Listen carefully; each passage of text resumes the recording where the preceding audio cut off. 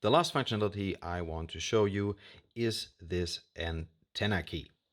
If the device is on master mode and we have here in the input this Raptor connected and we go to direct fire and enable power the output, so the input of the Falcon. Now we see that all slaves are active and also their PD outputs are armed. Now let's say you have a show at the very beginning of the show and at the very end of the show you have cues, and in the middle for 1 hour you don't have anything. You might, for some reasons, have another network, that subnetwork that you want to leave powered up. So actually you don't want to power down this network, but you want the slaves to be in standby to save power.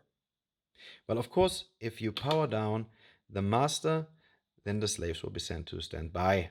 And here you also don't have power on the input, so that's fine. However, there might be an occasion for some reason where you don't want this input here to go to be powered off, but still you want the slaves to go to standby. So now we are active and PD outputs are powered on the slave side. Now we want to leave this input powered, but we want the slaves to go to standby. So this is what this button is for. If I press that, it will send the devices to standby. And if you press it again, they will come back.